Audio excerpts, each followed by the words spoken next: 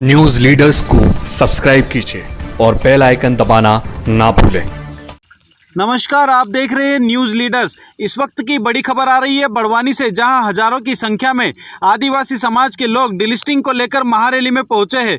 आपको बता दें, आदिवासी समाज उन लोगों को जिन्होंने धर्मांतरण किया है, उन व्यक्तियों को अनुसूचित जनजाति की सूची से बाहर करने को लेकर, डिलिस्टिंग करने को लेकर यह रैली का आयोजन किया, जिसमें हजारों की संख्या में जनजाति समाजजन जिला बड़वानी मुख्यालय पर एकत्रित हुए। तस्वीरें साफ बता रही है कितनी बड़ी तादाद में आदिवासी जनजाति समुदाय इस मांग को लेकर रैली में पहुंचा है। यह आयोजन शहीद भीमा नायक सभा स्थल पर डिलिस्टिंग को लेकर सभा हुई है। इस महारैली में आए अतिथियों ने सभा को संबोधित किया।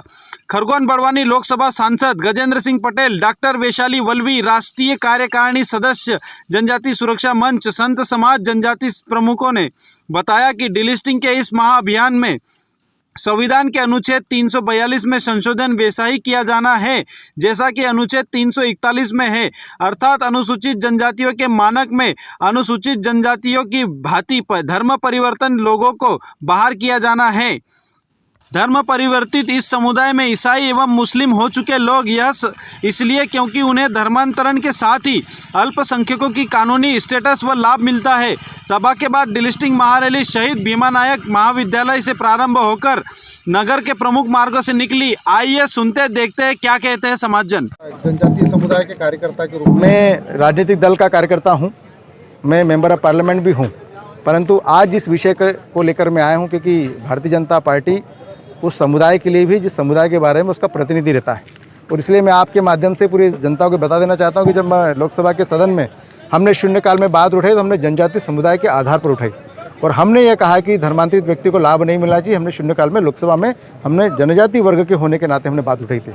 निश्चित तौर पर हम जनजातीय समुदाय के आधार पर सांसद हैं, और इसलिए भारतीय जनता पार्टी के विचारों के आधार पर भी हम काम करते हैं, और भारतीय जनता पार्टी का भी विचार है कि जनजातीय समुदाय के लोग करना चाहिए, और इसलिए इस वर्ग में शामिल हुआ।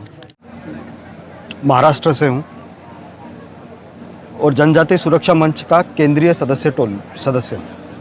वल्वी जी, ये जो डिलिस्टिंग वाला है, ये पूरे प्रदेश में राष्ट्रीय स्तर पे इसकी मुहिम चलाई जा रही है?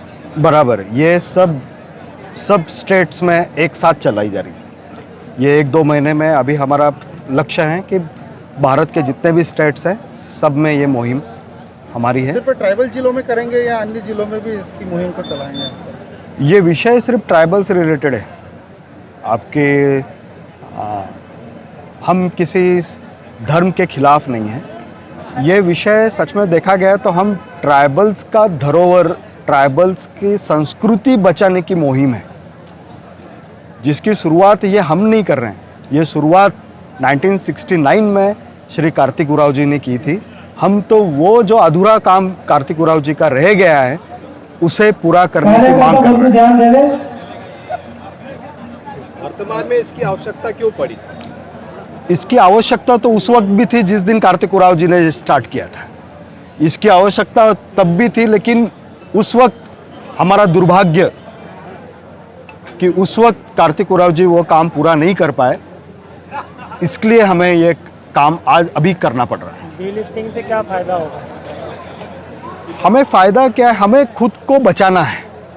आज ये जनजाति समाज है, इसका हुआ क्या है कि इसकी संस्कृति खतरे में है, इसके देव देवता का पूजन का तरीका खतरे में है।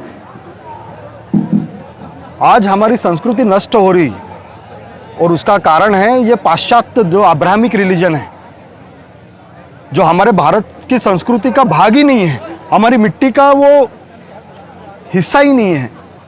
उसके कारण ये पश्चिमात्य संस्कृति लेने के कारण हम हमारे हजारों साल से पुरखों का जो कुछ संस्कृति की धरोहर जो हमें प्राप्त हुई थी, हम शायद से अगर आज हम कुछ नहीं कर पाए तो 20 साल के बाद में कुछ भी नहीं बचेगा।